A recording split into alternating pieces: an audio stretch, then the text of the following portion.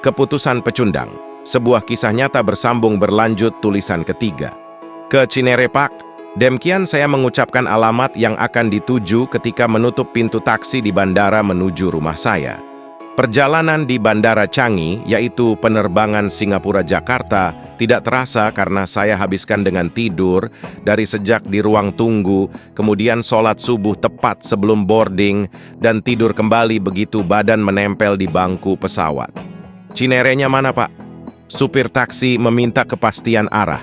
Dekat lapangan golf Pangkalan Jati, Pak. Demikian kalimat saya menjawab yang membuat supir taksi mengangguk dan melaju taksinya dengan kencang. Saya yang duduk di belakang pun kembali kosong isi pikiran saya dan pastinya tatapan saya menatap terangnya matahari. Jam 7-an pagi di Bandara Soekarno-Hatta ini membuat mata saya berat, masih ngantuk, masih sepet seperti kehidupan yang sedang saya jalani, dan tak lama kemudian saya tertidur kembali, lelap. "Maaf, Pak, rumahnya di sebelah mana?" Suara supir taksi membangunkan tidur saya. Saya menatap jalanan dan melihat gerbang masuk lapangan golf Pangkalan Jati yang saya langsung berkata, "Belok kanan, dan nanti belokan pertama ke kiri, Pak. Rumah No 11. Dalam hitungan 3 menit, taksi berhenti tepat di depan rumah saya berpagar abu-abu tua dan putih ini. Saya membayar harga taksi, dan saya pun turun melangkah gontai. Arah langkah saya bukan ke rumah saya, tetapi ke rumah seberangnya, dan membalik badan ke arah rumah saya, lalu menatap dengan seksama rumah saya dari depan. Saya perhatikan dengan perlahan mata saya menyapu seluruh pemandangan akan rumah saya ini. Kalau rumah ini dijual, berapa nilainya sekarang? Demikian dalam hati saya bertanya. Saya memang ada aset sedikit di tempat lain, tetapi semua sudah digadaikan untuk jaminan proyek saya di bank. Hanya rumah ini saja yang bebas. Saya perhatikan sekali lagi dengan seksama. Masih bagus, namun pertanyaannya, berapa harganya? Mengingat waktu tinggal 4 hari lagi. Mengingat saat ini tahun berat bagi properti. Tahun 2008, tahun lalunya adalah tahun bencana properti dengan subprime mortgage yang banyak menimbulkan efek finansial negatif di seluruh dunia, termasuk Indonesia tak terkecuali, dan sekarang setahun lewat yaitu masa itu di tahun 2009. Rasanya sulit menjual rumah dengan harga tinggi. Saya bayangkan dan mencoba kalkulasi jika saya diskon 20% dari market price, harga rumah tersebut ternyata tidak menutupi hutang rumah ibu. Kemudian saya tatap garasi rumah ada 2 mobil berjajar, mobil saya 4 kala itu, dan pastinya 2 mobil keluar mengantar anak sekolah ketiga anak saya, yang nomor 4 masih bayi. Dengan mobil tersebut keempatnya saya mulai menghitung nilainya, rasanya juga masih kurang. Pikiran saya berkecamuk, rumah dan seluruh harta dijual ternyata masih kurang dengan hutang kewajiban rumah ibu. Belum lagi anak-anak tinggal di mana, mobilisasi bagaimana, banyak hal yang berseliweran di otak saya. Belum lagi apa kata anak-anak, apa kata istri, apa kata keluarga, apa kata ibu. Saya tidak siap untuk hal baru yang saya tidak ketahui apa ke depannya. Namun mengatakan kebenaran kepada ibu menjadi opsi yang mendadak hilang dalam pikiran saya. Entah apa yang supir taksi di Singapura masukkan ke otak saya menyetujui nasihatnya. Lalu pikiran gila saya keluar. Karena saya tahu saya memiliki satu aset lagi yang lokasinya sangat strategis, sangat bagus dan pasti cepat dijualnya. Kalau ditambahkan dengan harta ini pas, rumah ibu terlunasi. Namun hal ini paling berat. Jauh lebih berat lagi untuk saya melakukannya. Jauh lebih berat daripada menjual harta milik keluarga yang harus melepas rumah. Benar, jauh lebih berat. Saya terus berpikir akan hal itu dan benar-benar membuat saya jadi semakin bingung. Pilihan saya sedikit dan waktu saya terbatas. Namun saya tidak punya pilihan banyak lagi. Pilihan saya sedikit dan waktu saya terbatas. Saya putuskan kemudian masuk ke rumah dan mengebel pintu yang tak lama pembantu membukakan pintu dan saya berkata, "Tolong buatin Indomie goreng 2 pakai telur dadar rebus ya, seperti kebiasaan saya. Bumbu 1 tambah bumbu asli, bawang putih, bawang merah, merica, sedikit garam. Sama si Ipul suruh panasin mobil hitam ya." Setengah jam lagi saya mau jalan. Demikian perintah berlapis saya ke pembantu saya di depan pagar rumah. Saya masuk ke rumah, istri lagi meniduri si bayi bungsu, dan salim-salam sebentar saya ceritakan ringkas. Dan dia hanya mendengarkan. Lalu saya bergegas ke kamar mandi. Seluruh kegiatan di kamar mandi saya tuntaskan dalam 15, sudah ganti baju siap jalan. Mau kemana ayah? Demikian istri saya bertanya. Ke Jati Bening, ke Pak Ali. Sebuah kata tegas dari saya, yang dia tahu saya tidak mengharapkan ada pertanyaan lebih banyak lagi. Wajah saya lelah, mata saya lelah, pikiran saya loaded, penuh. Makan mie goreng tidak habis dan saya sisakan buat istri saja. Saya pun berangkat ke Jati Bening Bekasi. Jati Bening Bekasi. Seperti perkataan saya sebelum ini, itulah aset yang tadi saya katakan. Sulit diperimbangkan karena lebih berat melepas aset ini daripada melepas aset rumah tinggal saya. Perjalanan Cinere Bekasi memakan waktu hampir 1,5 jam dan tibalah saya di lokasi tersebut. Saya tidak langsung masuk ke lokasi tersebut, tetapi saya parkir di toko tepat di sebelah lokasi aset yang saya maksud.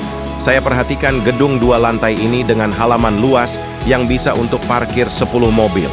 Dan ada satu pohon mangga yang besar di dekat ujung halaman. Lokasinya yang di hook membuat aset ini bisa dilihat dari 3 lokasi.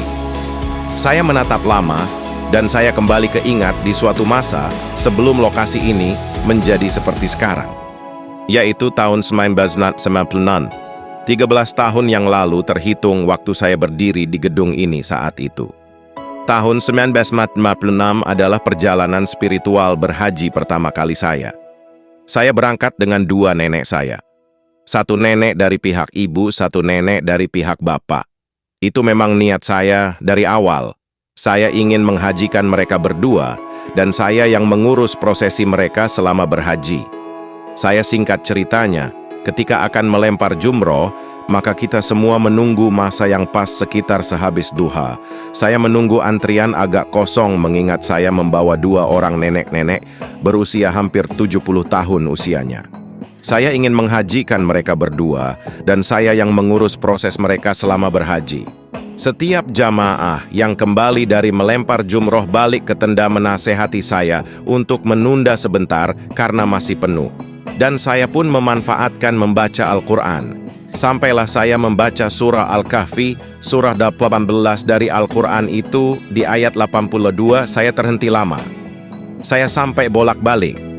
Ini bukan Al-Quran depak pakai terjemahan, namun ya Al-Quran tanpa terjemahan yang sedikit-sedikit secara kata bahasa Al-Quran, saya memang bisa faham. Saya lama mengartikan versi saya loh ini tentang ayat tersebut di mana terjemahan versi saya adalah, menurut Nabi Khidir, rumah itu milik anak yatim, dan rumah yatim itu ada hartanya. Saya tersentak terdiam lama. Mengartikan bolak-balik versi saya rumah yatim ada harta. Sepenggal kalimat itu, saya sampai stabilo agar saya ingat dan saya pastikan. Dan bagi saya, kata-kata ini adalah rumus. Entah angin apa yang menyambar saya putuskan saya harus buat rumah untuk kaum yatim dan pasti ada harta di situ. Itu tulisan di Quran yang saya percaya. Seingat saya, setelah pencerahan itu saya bawa kedua mbah putri saya tersebut melempar jumroh di 3 lokasi, yang kami cukup heran karena kosong.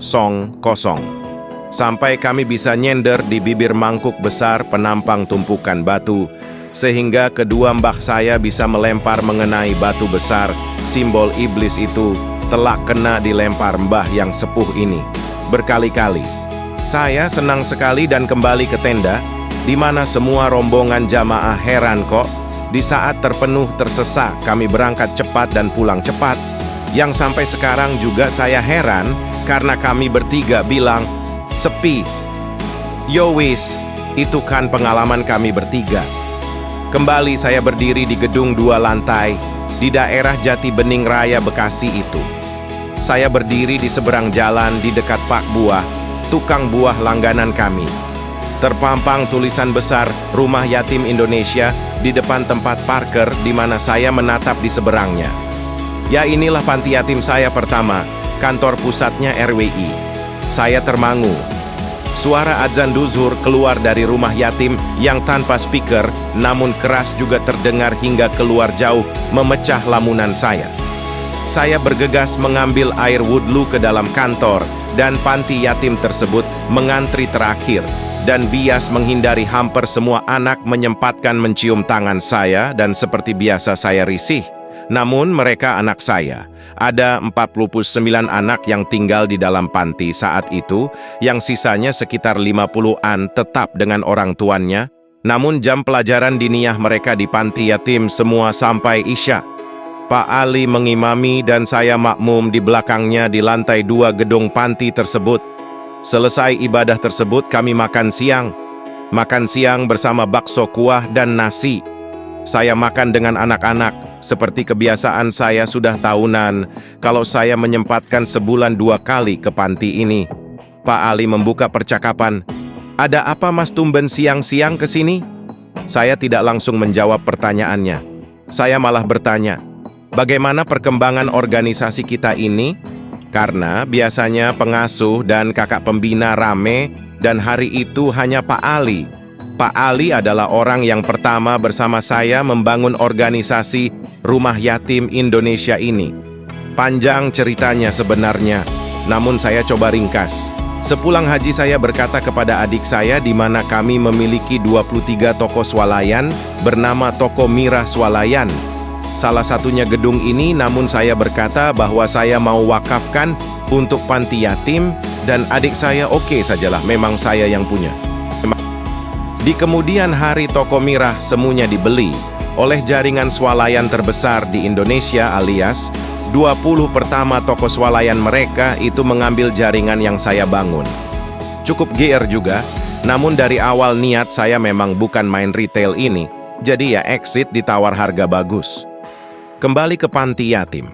Saya lama kenal dengan pesantren Hidayatullah, dan dari para pimpinan Hidayatullah tersebut saya dikenalkan ke Pak Ali ini.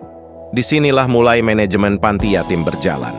Tadinya saya pelihara 49 anak dan semua biaya saya yang tanggung. Tapi mereka sekila umum biasa, siang sampai malam diniyah pelajaran agama di panti. Jadi mereka semua punya ijazah sekolah umum dan punya keterampilan agama. Sampai semuanya tamat SMA mereka 2 tahun berbakti buat adik-adiknya baru kami lepas ke masyarakat. Dan ketika 49 anak tersebut sudah lepas, saya tidak lagi urun rembuk manajemen langsung, karena rumah yatim sudah besar. Ada 50 lebih underbow organisasi yang bergabung, dan ada lebih 10.000 di masa puncaknya anak yatim dan santri yatim yang kami kelola saat ini, 2017, hanya 6.000-an. Maaf, ini bukan cerita tentang rumah yatim Indonesia. Ini cerita tentang hutang yang saya harus tanggung. Maaf, ini bukan cerita tentang rumah yatim Indonesia. Ini cerita tentang hutang yang saya harus tanggung. Kembali ke Pak Ali. Saya bertanya setelah penjelasan perkembangan rumah yatim. Pak, nyuwun sewu nggih, bolehkah Pak Ali ingat kembali apa akad saya terhadap gedung ini? Saya hanya mau mengingat kembali supaya saya tidak salah paham.